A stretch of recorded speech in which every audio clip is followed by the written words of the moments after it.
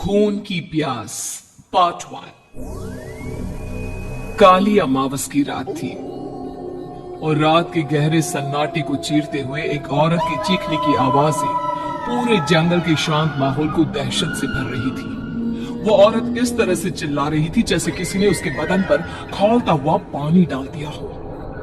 रात को अपने खेतों में पानी देने के लिए आया हुआ हरिया किसान अभी तक इन आवाजों को सुन नहीं पाया था, क्योंकि उसके बेटे किशन ने उसे नया नया मोबाइल फोन जो लाकर दिया था शहर से, और बस उसी मोबाइल फोन में ईयरफोन लगाकर वो कोई पुराना गाना सुनने में मग्न था। लेकिन जैसे ही गाना खत्म हुआ, उस औरत की चीखने की आवाज हरिया किसान के कानों से टकराई। हरिया का दोस्त रामू भी खेत में ही घाट पर गहरी नींद में खर्राटे मार रहा था। रात के उस सन्नाटे में औरत की चीखने की आवाज सुनकर ठंड के मौसम में भी हरिया किसान के माथे से पसीना टपकने लगा। रामू, अरे ओ रामू, अरे जल्दी उठ, क्या खर्राटे मारकर सो रहा है? अरे इतनी रात को ये जंगल में कौन औरत चीख रही है? पूरी तरह से चीख रही है। अरे क्या हुआ?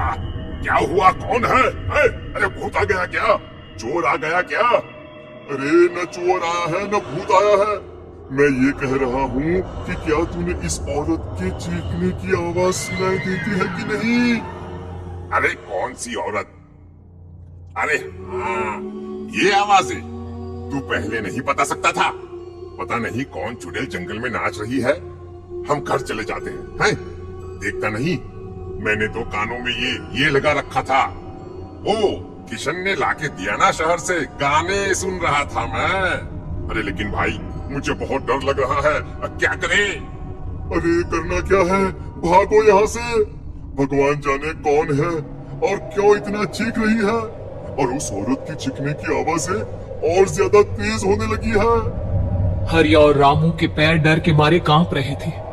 डर की वजह से ना वो वहां पर रुक पा रहे थे और ना ही अपनी जगह से आगे बढ़ पा रहे थे। तभी अचानक से सन्नाटा छा गया। सही मौका है, हमें यहाँ से निकल लेना चाहिए भैया। रामू और हरिया अपना गमछा उठाकर दबे पैरों जंगल के रास्ते से गांव की तरफ चलने लगे। गांव की ओर जाने वाला ये एक ही रास्ता था और आवाज भी उसी तरफ से आ रही थी।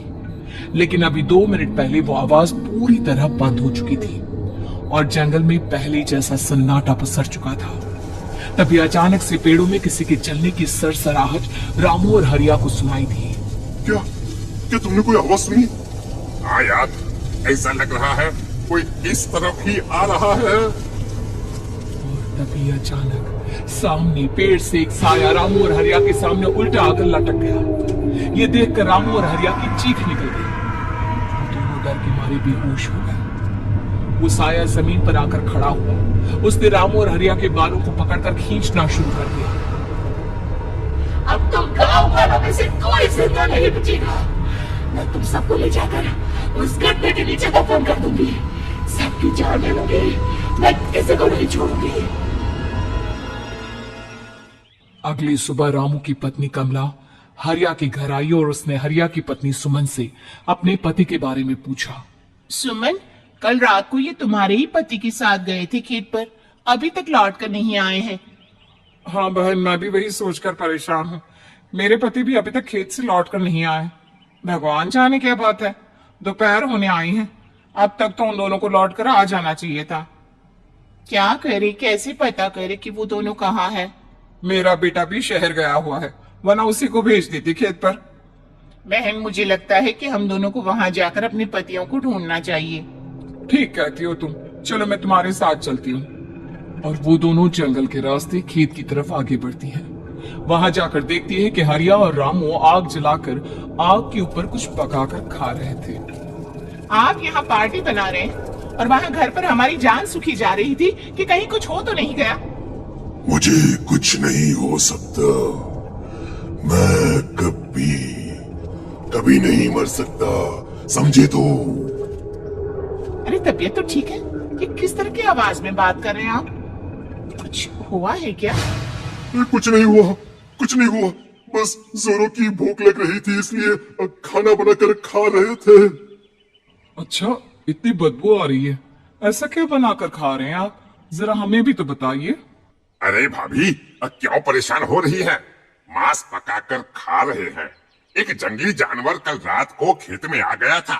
हम दोनों ने उसे मार दिया और बस उसी का मांस पक रहा है। आप भी खाइए ना, बहुत बहुत ही स्वादिष्ट है। दिमाग खराब हो गया है क्या आप दोनों का? आप दोनों मांस कब से खाने लगे, और वो भी जंगली जानवर का? चलिए अभी कभी घर चलिए। चलेंगे चलेंगे, लेकिन पहले ये मांस तो खत्म कर ले। कुछ देर बाद रामू और हरिया कमला और सुमन के पीछे पीछे गांव की तरफ चल देते हैं। रामू और हरिया की आंखें पहले जैसी नहीं रही थी, उनमें कुछ बदल गया था। रामू अपनी पत्नी कमला के साथ घर चला जाता है और हरिया अपने घर आ जाता है। देखिए, आपने जो कुछ भी किया मैं उसके लिए आपको माफ कर देती हूँ, लेकिन आज के बाद ये रामू के साथ जाकर मांस पकाकर खाया ना, तो इस घर में घुसने नहीं दूंगी आपको।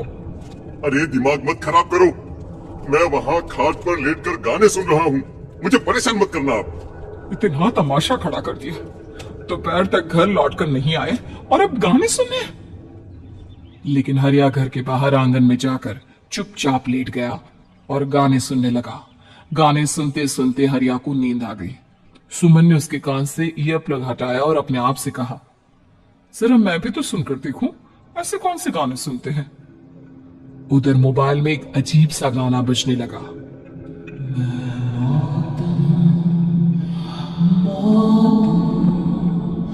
मौत जो पसरी है जो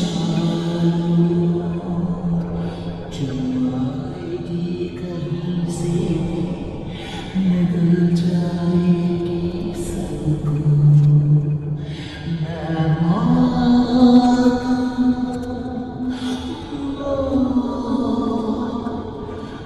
मैं छोड़ूंगी नहीं किसी को।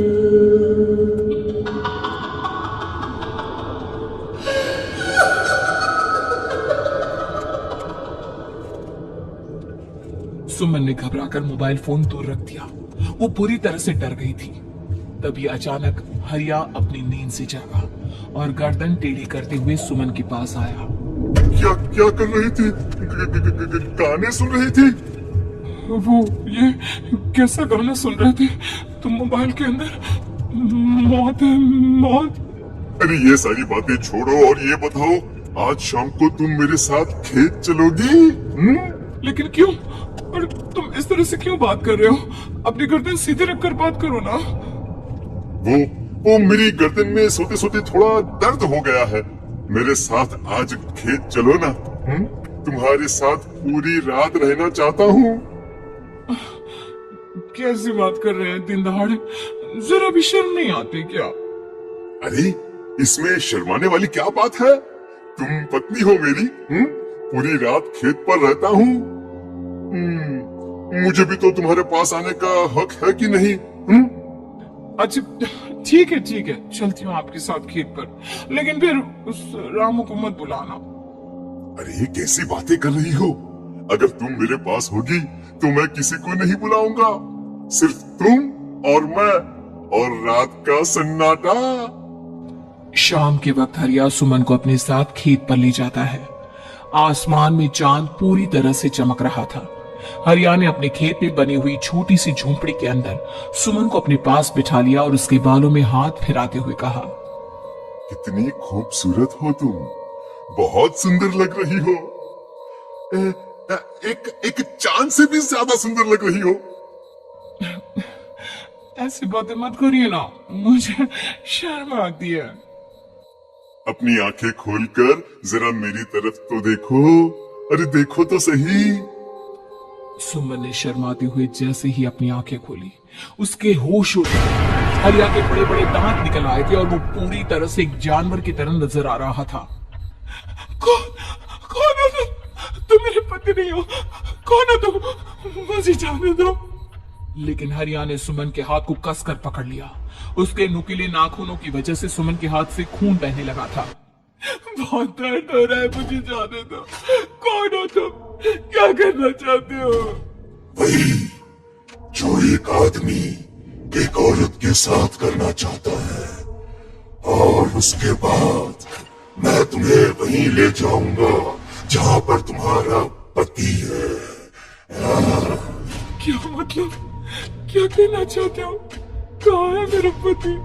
जंगल के बीचों बीच उबलते हुए पानी के तालाब में वही है तुम्हारा पति।